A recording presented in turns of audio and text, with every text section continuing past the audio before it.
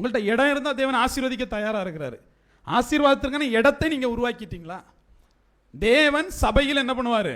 வெளிப்படுவார் இல்லையா? ஆனால் அதுக்கு முதல்ல என்ன பண்ணணும்? தாவீது என்ன பண்ணணும்? ஆலயத்தை கட்டுறதுக்கான ஏற்பாடை பண்ணணும். சாலமோன் ஆலயத்தை கட்டணும். அப்பதான் தேவன் வருவார் இல்லையா? அப்ப தேவன் வர தயாரா இருக்கிறாரு. இடத்தை கட்ட நீங்க தயாரா இருக்கிறீங்களா? இது என்ன ஆலயம்னு சொன்னாரு. உங்களுடைய ஆலயங்கள் எல்லாம் தேவன் வெளிப்பட அவர் தயாரா இருக்கிறாரு. ஆனால் தேவனுடைய ஆலயமா இருக்குதா? அது நிரம்பி இருக்குதுன்னா தேவன் உள்ள வர முடியாது. அப்ப நீங்க என்ன பண்ணணும்? தேவன் தங்கக்கூடிய ஸ்தலமா நீங்களும் நானும் என்ன செய்யணும்? மாறணும் அப்படின்னு சொல்லிட்டு வேதம் சொல்லுது. வாசிக்கலாம். 2 தீமோத்தேயுனுடைய புஸ்தகம் அதனுடைய 2வது அதிகாரம் 20-21 ஆகிய வசனங்களை வாசிங்க. ஒரு பெரிய வீட்டிலே பொன்னும் வெள்ளியுமான பாத்திரங்களும் அல்லாமல் மரமும் மண்ணுமான பாத்திரங்களும் உண்டு. அவைகளில் சில கனத்திற்கும் சில கனவீனத்திற்கும் ஆனவைகள். ஆகையால் ஒருவன் இவைகளை விட்டு தன்னை சுத்திகரித்து கொண்டால் அவன் பரிசுத்தமாக்கப்பட்டதும் எஜமானுக்கு உபயோகமானதும் எந்த நற்கிரியைக்கும் ஆயத்தமாக்கப்பட்டதுமான கனத்துக்குரிய பாத்திரமாயிருப்பான். கனத்திற்குரிய பாத்திரமும் உண்டு, கனவீனத்திற்குரிய பாத்திரமும் உண்டு. நீங்க எதற்கான பாத்திரம் நீங்க தான் முடிவு பண்ணணும். நான் கனத்திற்கான பாத்திரமா இருக்கிறேன்னா கனவீனத்திற்கான பாத்திரமா இருக்கிறேனா இல்லையா? ஒரு வீட்டில் என்னெல்லாம் உண்டா? வெள்ளினாலையும் பொன்னுனாலையும் பாத்திரம் உண்டு, மண்ணுனாலையும் மரத்தினாலையும் பாத்திரம் உண்டு. சிலர் கனத்திற்கான பாத்திரம், சிலது கனவீனத்துக்கான பாத்திரம். நீங்கள் எப்படிப்பட்ட பாத்திரமாக இருக்கிறீர்கள்? இப்ப நான் கனமுள்ள பாத்திரமாக தேவ சமூகத்தில் பிரயோஜனம் உள்ள பாத்திரமா நான் இருக்கணும்னா என்ன பண்ணணும்னு வேதம் சொல்லுது. 22வது வசனம் வாசிங்க. அன்றியும் பாரியத்துக்குரிய இச்சைகளுக்கு நீ விலகி ஓடி சுத்த இதயத்தோடு யாவாவை தொழுதுகளுடனே நீதியையும் விசுவாசத்தையும் அன்பையும் சமாதானத்தையும் அடையும்படி நாடு. அப்ப நீங்க இச்சையை விட்டு நீதியையும் அன்பையும் சமாதானத்தையும் விசுவாசத்தையும் நீங்கள் நாடுகிற போதுதான் என்ன வருமா? நீங்கள் பிரயோஜனமான பாத்திரமாக மாற முடியும். வேதம் அப்படிதான் சொல்லுச்சு இல்லையா? நீங்கள் உங்களை சுத்திகரித்துக் கொள்ள வேண்டும் என்று சொன்னா 21வது வசனம் அப்படிதான் சொல்ல. சுத்திகரித்துக் கொள்ள வேண்டும்னா முதல்ல என்ன பண்ணுமா?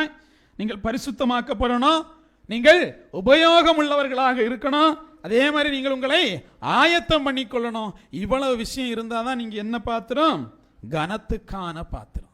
இப்போ இங்கே நிறைய பேர் தேவ சமூகத்தில் வந்திருக்கிறோம். தேவன் எதிர்பார்க்கிறது கனத்துக்கான பாத்திரத்தை, ஆயத்தமாகி வந்திருக்கக்கூடிய பாத்திரத்தை. ஆயத்தான அப்படி வீட்டிலேருந்து கிளம்பி ரெடியாகி வரக்கூடிய அந்த ஆயத்தம் இல்லை. தேவ சமூகத்தை நான் வரப்போகிறேன், நான் தகுதியான ஆசீர்வாதத்தின் பாத்திரத்தோடு தேவ சமூகத்தில் போனோம்.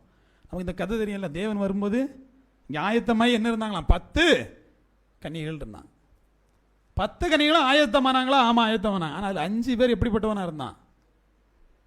புத்தி இல்லாதவனா இருந்தான். புத்திங்கிறது இல்லை. அப்போ தேவ சமூகத்தில் ஆசீர்வாதத்தை பெறுவது என்பது அது புத்தி சார்ந்த விஷயம். எல்லாரும் பெற்ற முடியாது. அறிவாளி பெற்றிட முடியாது, ஆனால் புத்திசாலி பெற்ற முடியும் இல்லையா? புத்திசாலி என்ன பண்ணிட முடியும்? பெற்ற முடியும். அப்போ இதெல்லாம் மனது சார்ந்த விஷயம். எது சார்ந்த விஷயம்? மனது சார்ந்த விஷயம். தேவ சமூகத்தில் உன்னை பெறுவது என்பது மனது சார்ந்த விஷயம். அப்போ அதை எப்படி பெறணுங்கிறத நீங்கள் கொஞ்சம் கொஞ்சமாக படிக்கலை அப்படின்னா நீங்கள் தேவ சமூகத்தில் இப்படியே இருந்துருவீங்க. எப்படி? கனவீனமான பாத்திரமா டெய்லி வரணும், உட்காரணும், போகணும். இப்போ கனமுள்ள பாத்திரமா நம்ம மாறணும்னா ஆயத்தம் நம்மிடத்தில் இருக்கணும், பரிசுத்தம் நம்மிடத்தில் இருக்கணும், உபயோகப்படக்கூடிய பாத்திரமாக நம்ம என்ன செய்யணும்? இருக்கணும். ஒரு பாத்திரம் நிறைய எண்ணெய் இருந்து இல்லையா? அது அதுக்கப்புறம் உபயோகம் உண்டா? ஒரு பாத்திரம் நிறைய எண்ணெய் இருந்துச்சு. இப்போ என்ன பண்ணாரு? அந்த கடனை தீர்ப்பதுக்கு உபயோகம் உள்ள பாத்திரம் அங்கே தேவைப்பட்டுச்சு. பாத்திரம் நின்றுச்சு, எண்ணெய் நின்றுச்சு. உங்களுக்கு புரியுது இல்லையா? தேவ சமூகத்தில் முதல்ல வரும்போது தேவன் உங்களை ஆசீர்வதித்தார்ல, விசுவாசம் நின்றுச்சு, ஆசீர்வாதம் நின்றுச்சு. தேவனை கீழ்ப்படியக்கூடிய கீழ்ப்படிதல் நின்றுச்சு, ஆசீர்வாதம் நின்றுச்சு. தேவ சமூகத்தில் எப்பவுமே ஒன்றை புரிஞ்சுக்கணும், கீழ்ப்படிதலுங்கிறது ரொம்ப முக்கியமானது. தேவன் யார் மூலமாக உங்கள்கிட்ட என்ன பண்ணுவார்? தேவ வார்த்தை என்ன பண்ணுவார்? சொல்லிடுவார். எனக்கு நீங்கள் சொல்கிறதா, உங்களுக்கு அவங்க சொல்கிறதா? இதுவே பெரும் பிரச்சனையாக இருக்குது. தேவன் யாரை கொண்டு பேசினா, சிறு பிள்ளையை கொண்டு பேசினா அதுக்கு என்ன செய்யணும்? கீழ்ப்படிந்தான் ஆகணும். ஏன்? அது தேவனுடைய வார்த்தையாக நீங்கள் ஏற்றுக்கொண்டால் மட்டும்தான் நீங்கள் என்ன பண்ண முடியும்? ஆசீர்வதிக்க முடியும். இருந்தாலும் இவங்க என்கிட்ட எப்படி பேசிட்டாங்களே அப்படின்னு நினச்சிங்கன்னா வாழ்க்கையில் என்ன முடியாது? உபயோகம் உள்ள பாத்திரமாக நீங்களும் நான் என்ன பண்ண முடியாது? மாற முடியாது. பாருங்க, தேவ சமூகத்தில் நீங்கள் ஆசீர்வாதத்தை பெற வேண்டும் என்று சொன்னால் முதலாவது பெற வேண்டியது கீழ்ப்படிதலை, அது எது சார்ந்த விஷயம்? மனது சார்ந்த விஷயம். ரெண்டாவது விசுவாசத்தை, அது எது சார்ந்த விஷயம்? அது மனது சார்ந்த விஷயம். இது எல்லாமே ஆசீர்வாதமும் மனசும் தான் கனெக்டாக இருக்கு. நீ உடல் உழைப்பை போட்டு எது பண்ணாலும் மனசு சுத்தம் இல்லைன்னா ஒன்றும் இல்லை. தேவ சமூகத்தில் வந்து உட்காந்துருக்கீங்க, உடல் உழைப்பு, மனசு தேவன்ட்ட இல்லை, என்ன இல்லை? ஒரு ஆசீர்வாதமும் இல்லை. இப்போ மனசுலேருந்து முதல்ல என்ன பண்ணணும்? ரெடி பண்ணணும்.